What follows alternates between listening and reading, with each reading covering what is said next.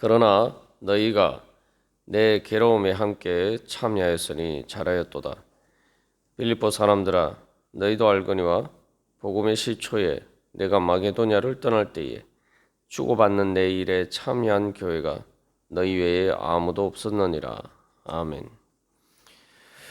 우리가 어제 이 말씀을 통해서 사도 바울이 빌립보 교인들에게 그냥 단순히 물질적인 후원으로 선교의 일에 동참했다 이렇게 이야기하는 것을 넘어서 괴로움에 함께 참여했다. 그리고 또 그냥 단순히 참여했다라고 이야기하지 않고 함께라는 말을 특별히 덧붙여서 함께 참여했다라고 하는 것은 바로 빌립보 교인들에게 대한 가장 큰 칭찬의 이야기라는 거죠. 그리고 그것은 다른 말로 하면은 너희들이 예수 그리스도의 고난에 참여했고 그렇기 때문에 내가 예수 그리스도의 부활의 권능과 그 영광에 참여하는 것처럼 바로 빌립보 교인들도 바울이 참여하는 그곳에 같이 그 그리스도의 영광에 같이 참여하는 그런 자가 되었다. 다시 말하면 그 영광의 자리에 그리스도의 영광의 자리에 같이 참여할 수 있는 그러한 자격이 되는 정말 너희들이 훌륭한 일을 했다. 사실은 이것은 사도 바울이 할 수 있는 칭찬 중에 극찬입니다, 사실. 우리가 주님 앞에서 사실 이런 칭찬을 받을 수 있는 사람이 될 때에 가장 큰 칭찬이 됩니다. 우리가 신앙생활 하다 보면은 그저 내가 사는 일 때문에 힘들고 괴로운 일도 많습니다만 내가 예수를 안 믿으면은 이런 괴로운 일이 없을 텐데 또 내가 예수님을 사랑하지 않으면은 이런 괴로운 일을 안 해도 될 텐데 내가 또 주님께 헌신하지 않으면은 정말 주님을 위해서가 아니면 내가 이런 괴로운 일을 겪지 않아도 될 텐데 왜 내가 이렇게 힘든가? 우리가 그런 생각이 이제 들 때가 있습니다. 그런데 그럴 때 바로 이 사도 바울이 이야기한 것처럼 또 이게 이제 주님께서 우리에게 하시는 말씀처럼 네가 내 괴로움에 함께 참여했으니 그러니까 예수님 때문에 그 괴로운 일을 겪는다면은 바로 예수님의 괴로움에 함께 참여하는 것이니 네가 정말 잘하였다. 예수님께서 우리에게 그렇게 말씀하시는 그 음성을 기억해야 합니다. 그것이 사실은 우리에게 가장 큰 위로가 되는 거죠. 그래서 이 괴로움에 함께 참여했다는 것이 왜 가장 큰 칭찬이냐? 이 성경에서도 보면은 특별히 이제 예수님 사실 이제 바울이 하는 이야기지만 다 예수님이 하신 그 복음의 말씀에 근거를 두고 이제 바울이 이야기하는 거예요. 특별히 이 마태복음에서는 예수님께서는 사실 이 바울이 하는 이야기보다 더 강하게 이야기를 하고 있어요. 마태복음 25장 34절에서는 그 염소와 양의 비유, 우리가 이렇게 잘 아는 비유입니다만, 그 양은 오른편에 있는 자들인데 그때 임금이라고 표현되니까 바로 예수님이 영광으로 오실 때죠. 그때 그 오른편에 있는 자들에게 이르시되 내 아버지께 복받을 자들이여 나와 창세로부터 너희를 위하여 예비된 나라를 상속받으라. 그러면서 예수님께서 무엇이라고 말씀하시느냐? 너희가 여기 내 형제 중에 지극히 작은 자 하나에게 한 것이 곧 내게 한 것이니라. 그래서 바로 여기서 지극히 작은 자라는 것은 단순히 세상에서 어려운 자를 이야기하는 게 특별히 하나님의 일을 하는 자들인데 같은 성도를 이야기하죠. 예수님 때문에 고난받는 자들. 예수님 때문에 고난받는 자들이 줄이거나 목마르거나 나그네 되거나 헐벗거나 병들었거나 옥에 갇힌 것을 바로 도와주고 그래서 이 그 빌립보 교인들이 그 감옥에 갇힌 바울을 그렇게 도와준 것처럼 바로 그렇게 한 것이 바로 나한테 한 것이다. 그래서 사실은 마태복음 이 말씀은 조금 우리가 생각하는 것과 달리 좀 충격적인 말씀인데, 왜냐하면은 그런 자에게 어떻게 하느냐를 기준으로 해서 천국에 갈 수 있느냐, 단순히 뭐 잘했다 못했다 이런 게 아니라 천국에 갈 수 있느냐 없느냐를 결정짓는다. 그래서 그렇게 하지 아니한 자들은 영원한 벌, 그러니까 지옥벌이죠. 지옥에 갈 것이고, 그렇게 한 자들은 영생에 들어갈 것이다. 뭐 그렇게 이야기하고 있습니다. 이 얘기가 뭐 그러면 믿음으로 구원받는 게 아니고 행위로 구원받는다느냐, 뭐 이렇게 이제 생각할 수도 있습니다만, 그래서 그 왜 그러냐면은 우리가 조금만 이제 생각해 보면은 예를 들면은 뭐 우리도 일제 시대 때 그 신사참배로 그 감옥에 갇히고 또 고문을 당하고 그런 고초를 겪은 사람 성도들이 많이 있죠. 예를 들면 뭐 주기철 목사님이나 뭐 그런 성도들이 많이 있습니다. 그런 일이 있었을 때에 나 몰라라 하고 그냥 그렇게 하는 그런 사람이 과연 예수를 믿는 사람인가? 우리가 조금만 생각해 보면은 이 말의 의미가 단순히 행위로 구원받는다는 게 난 의미가 아니라는 사실을 알 수가 있죠.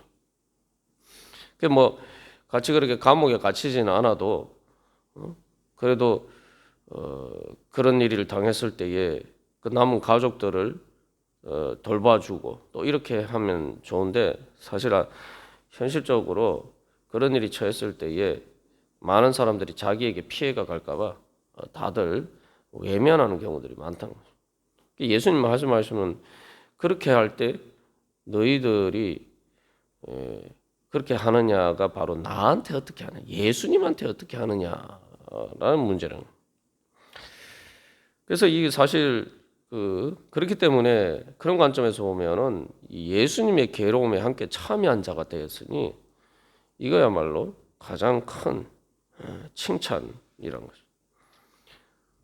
그래서 마태복음 25장에서도 그 사람들이, 예수님께 칭찬을 받은 사람들이 우리가 언제 예수님한테 그렇게 했습니까? 이렇게 자기들도 이제 생각하지 못했지만 예수님이 바로 너희들이 나한테 그렇게 하지 않았냐. 사실 우리가 신앙생활 하면서 나는 그래도 이만큼 주님을 예수님 위해서 이만큼 열심히 했는데 왜 주님께서 안 알아주시냐, 우리가 이렇게 생각할 때가 많은데, 내가 주님을 위해서 한 줄도 몰랐는데 예수님이 나한테 그래도 너희가 날 위해서 그렇게 했으니 정말 잘했다 이렇게 칭찬받는 것은 정말 대단한 일이죠. 그래서 여기서 우리가 또 한 가지 기억해야 할 것은, 사도 바울이 괴로움에 함께 참여했다는 것은 물질을 함께 나눈다는 것이 이제 그런 의미들이 있죠. 물질이라는 게 뭡니까? 그냥 뭐 쉽게 말하면 내가 대부분의 경우 내가 없던 돈이 뭐 갑자기 뭐 로또가 당첨돼서 그렇게 갑자기 횡재한 돈, 그런 돈으로 우리가 주님을 섬기는 경우는 거의 없죠. 물질이라는 게 주님 앞에 드리는 것은 또 단순히 물질이 아니라 사실 내 삶에서 내가 땀 흘려서 수고한 것들이, 그런 모든 것들을 일하는 가운데 수고한 모든 것들이 그냥 드리는 게 아니죠. 말 그대로 내 삶을 드리는 거예요. 그렇기 때문에 또 내가 돈을 벌기 위해서 많은 수고를 했는데 내 몸으로 수고하는 것들이 말 그대로 괴로움이라고도 할 수 있죠. 그 괴로움을 무릅쓰고 내가 수고하면서 번 돈을 내가 주님께 드리고 그것을 같이 나눈다. 물질을 나눈다는 것은, 그래서 이게 그냥 단순히 물질을 나누는 게 아니라 정말 내 삶을 나누고 내 몸으로 말 그대로 함께하는 거예요.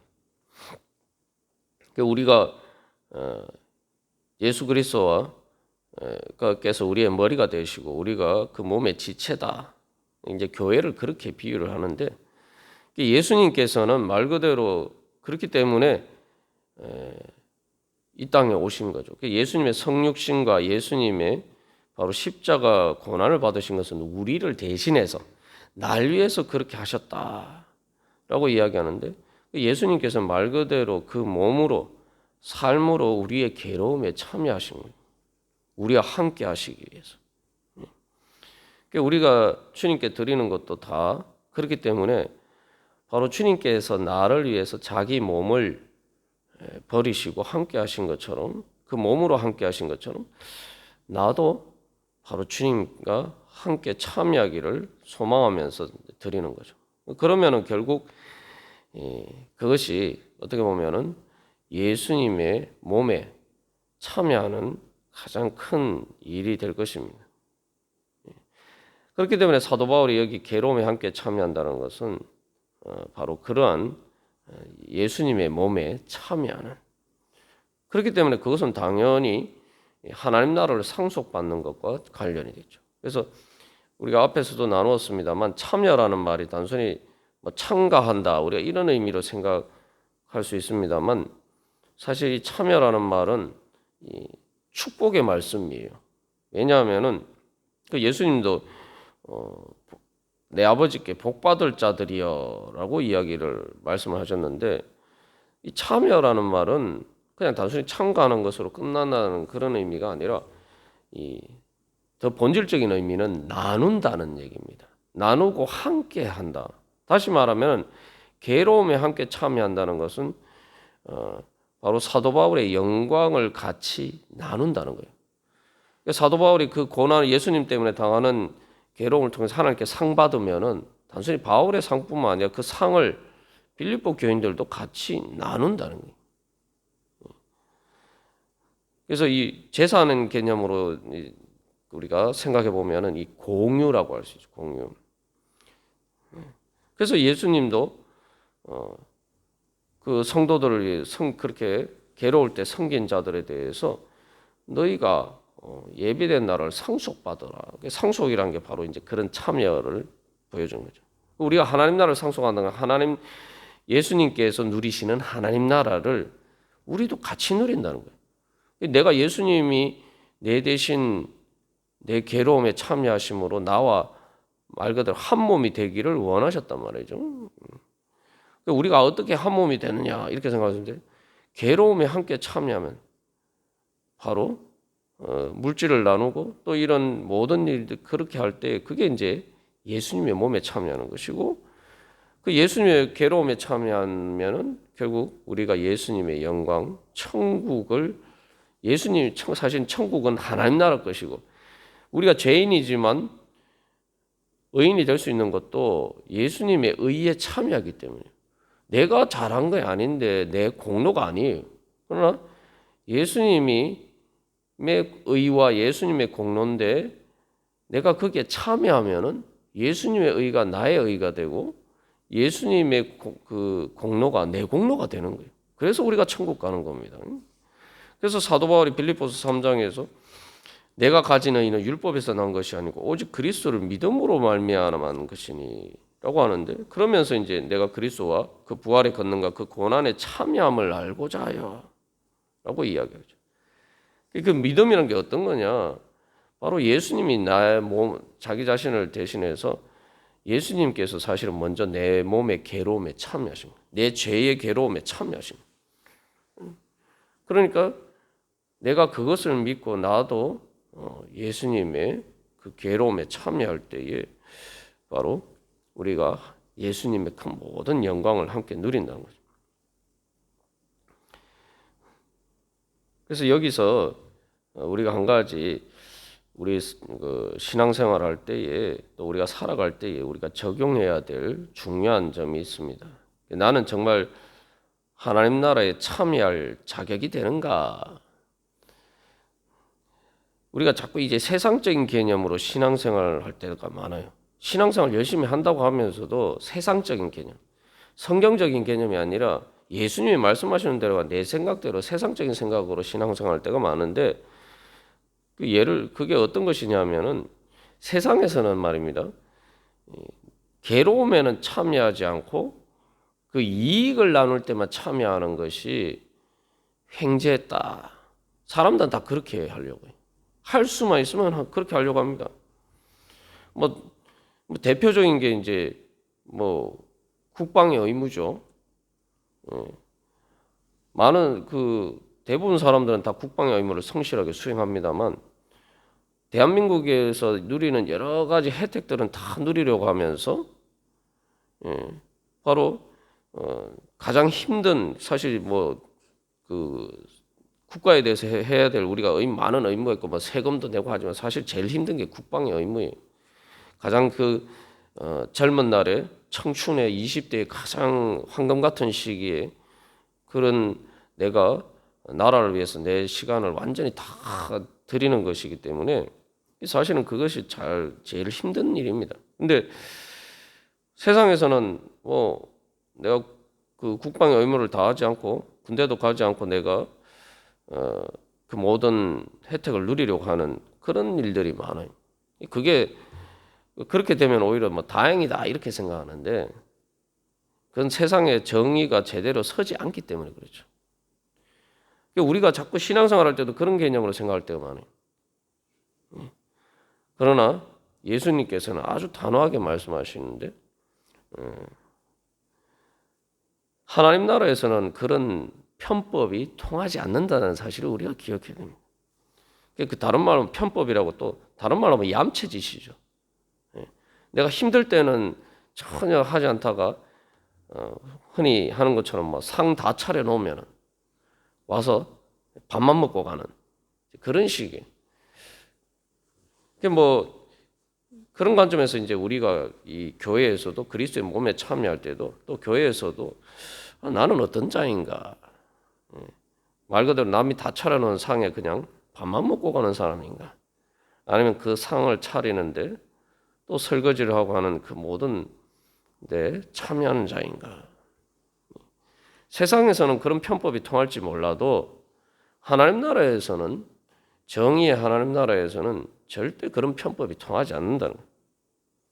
그래서 복음서나 신약 성경에서 계속 강조하는데 특별히 예수님이 제자들에게 데리고 다니시면서 계속 하시는 말씀이 너희들이 예수님의 괴로움에 고난에 함께 참여하는 자들은 반드시 그만큼 보상을 받을 것이다. 네. 계속 예수님이 그런 약속을 하십니다. 그런 관점에서 사도 바울이 오늘 14절의 말이 빌립보 교인들에게는 얼마나 큰 또 위로가 되고 그래서 우리가 그냥 단순히 뭐 바울을 도운 게 아니라 우리가 정말 그 괴로움에 바울이 예수 그리스도의 고난에 참여한다고 했는데 우리가 바울과 함께 그리스도의 고난에 참여하고 그래서 바울이 너희가 나의 사랑하고 사모하는 형제들이 나의 기쁨이요 멸류가 아닌 사랑하는 자들아 이게 뭐냐면은 마지막에 종말에 빌립보 교인들이 사실 바울에게 가장 큰 영광이 된다 그런 고백이죠. 그 고백에 바울이 빌립보 교인들에게만 그렇게 하는 게 아니라 빌립보 교인들도 바울에 대해서 그렇게 한다는 겁니다. 그래서 우리가 오늘도 다시 한번 주님 앞에 기도하면서 나아갈 때에 나는 정말 주님과 함께 주님의 괴로움에 함께 참여하는 자인가? 나는 또 신앙생활할 때 내가 그런 신앙생활을 하고 있는가? 우리가 그런 부분들을 다시 한번 돌이켜보면서 또 그런 일 가운데서 우리가 또 주님께서 주시는 위로를 얻고 소망을 얻고 또 그래서 그 하나님의 은혜에 참여하는 정말 예수님께서 우리에게 대해서도 오늘도 너희가 잘하였도다라는 그런 정말 칭찬받는 자리에 이르기를 간절히 소망합니다. 그래서 우리가 결론적으로 한마디만 우리가 기억할 필요가 있는데 세상에서 뭐라고 하든 예수님이 우리에게 대해서 하나님께서 우리에게 네가 잘했다. 그러면 다 끝난 거 아닙니까? 그거 뭘 더 이상 바라겠습니까? 우리가 바로 그것이 자족에 하나님께서 우리에게 주신 가장 큰 은혜인 줄 믿습니다. 오늘도 그런 은혜에 참여하는 그런 귀한 하나님의 사람이 되시기를 간절히 소망합니다. 다 같이 기도드리시겠습니다.